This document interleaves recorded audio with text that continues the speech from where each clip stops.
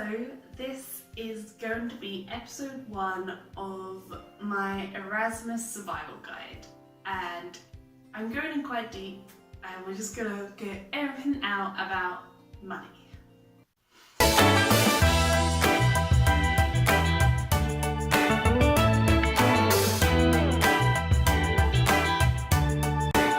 So studying abroad is expensive. Like, anyone you ask, they're going to say studying abroad is expensive.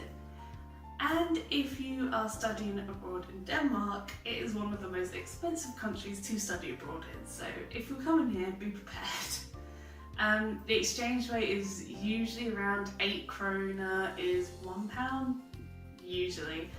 That changes every now and then. So yeah, it makes things quite expensive out here. So yeah, I thought I'd give you my experience on what type of cash you might need to have to do a study abroad.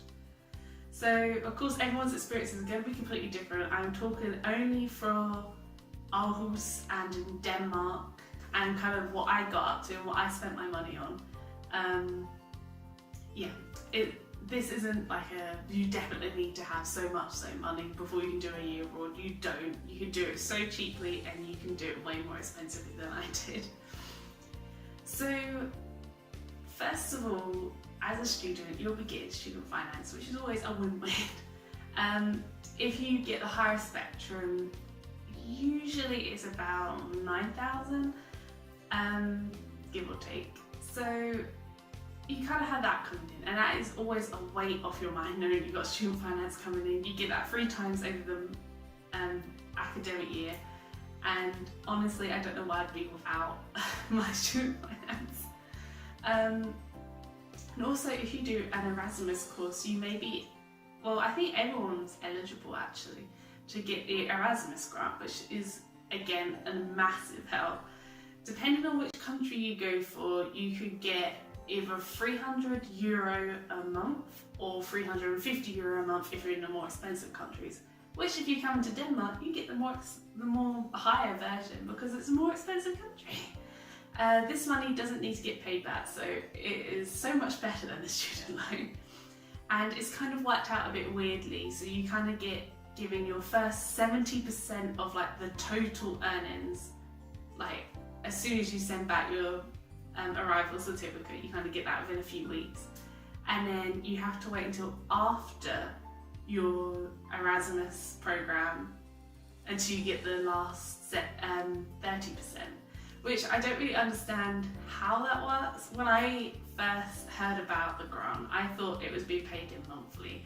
So in my mind's eye, I was like, okay, so that's basically my monthly rent pretty much covered.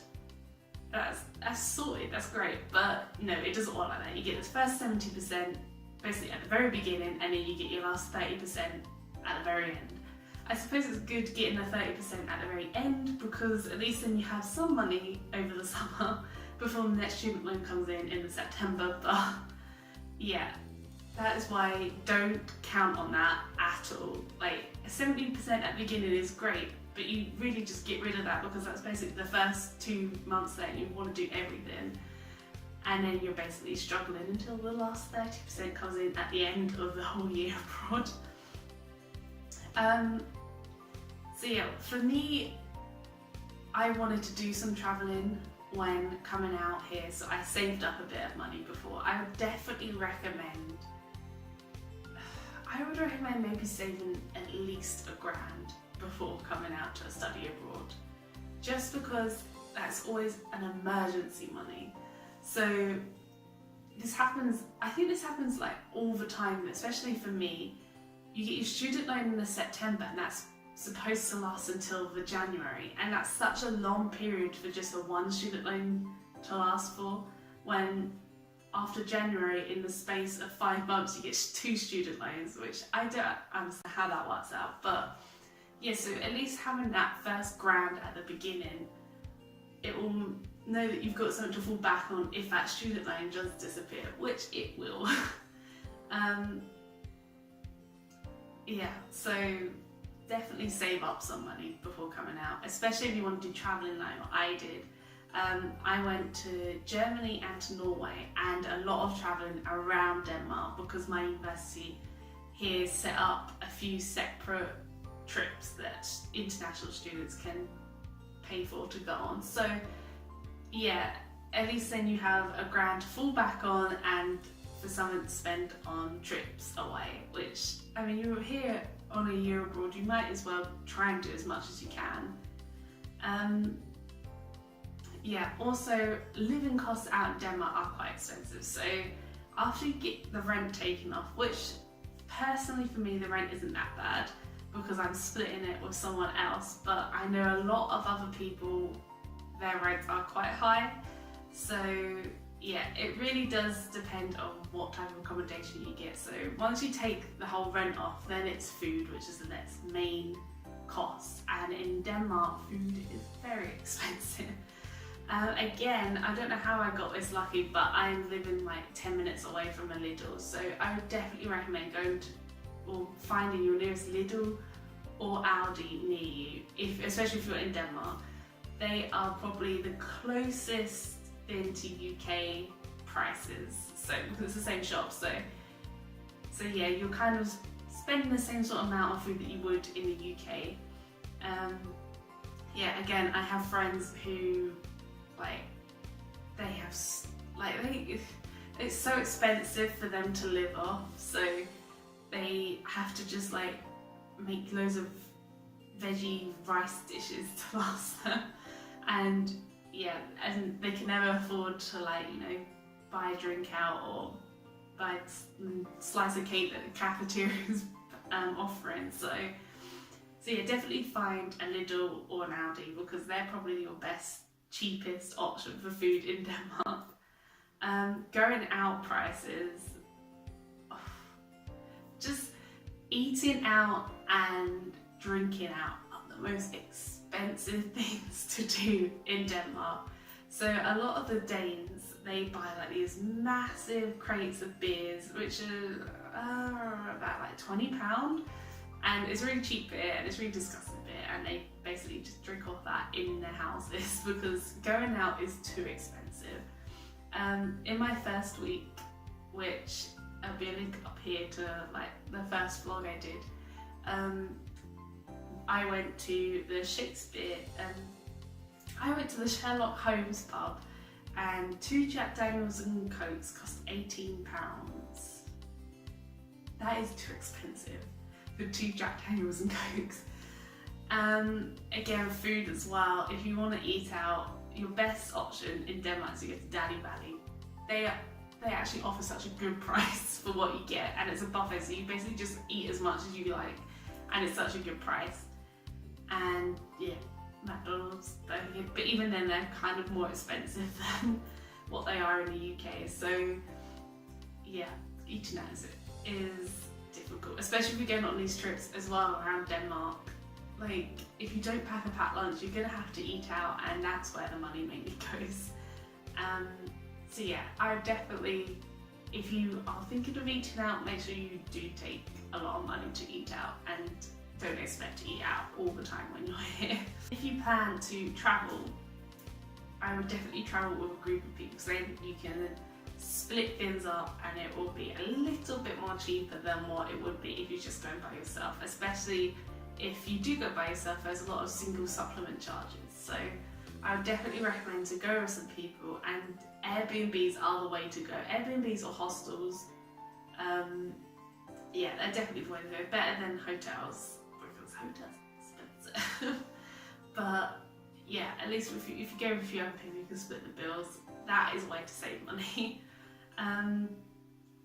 Definitely be prepared to make a lot of packed lunches, and if you're one of these people that goes out and buys a coffee every morning, do not expect to be doing that. Just kind of be sensible with your money, especially on a year abroad. I think anywhere, not just in Denmark, because you want to save more of your money to do these things, to go out to places. So instead of paying, like, if you're in Denmark, say £10 for a coffee, just buy a jar of coffee and get a travel mug and just do it that way, because that £10 that you would have bought a coffee for can be £10 towards a meal in a different country or whatever. So yeah, I'll definitely be a bit more frugal when you go on your year abroad, because yeah, you want to spend your money on doing things and seeing things, and that's basically what the year abroad is for. I think also a major tip with regards to money, like I said, save enough for now, but also remember that you are only here once. So it's always good to be saving, and that is great, but if the opportunity arises and the options are stay at home by yourself and save £5, say, or go out and do something really crazy that you didn't expect but spend that £5, then just do it. Like, again, you're here for a year. You might as well take up as many opportunities as there are possible, even if that means that maybe 1 week you're not eating the best. So yeah, I definitely recommend just doing as much as you can, seeing as much as you can, because yeah, you're only here once, and once this year's over, you most likely won't be living in a different country for a year again, so definitely make the most of it. So yes, this is my episode 1 on Year Abroad Erasmus Survival Guide. And yeah, I hope you found this discussion interesting and has maybe made you realise and think a bit more about money to go abroad. Like I said, it is a lot, but it is a once-time opportunity that you won't ever get again. So yeah, I would recommend doing a year abroad, but just be a bit sensible and a bit realistic about the money side of things. So yeah, if you like this kind of content, don't forget to click that like button and subscribe down below if you're new. And yes, this series is going for the whole month of June, so I will see you next week to talk about all the important documents that you will be needing to go on a year abroad. And spoiler, there are a lot of documents that you will be needing to go on a year abroad. So get ready to get that pen out and do all that paperwork, because it takes a long time. So yes, I shall see you next week. And I hope you enjoy your year abroad if you're going on one. Bye!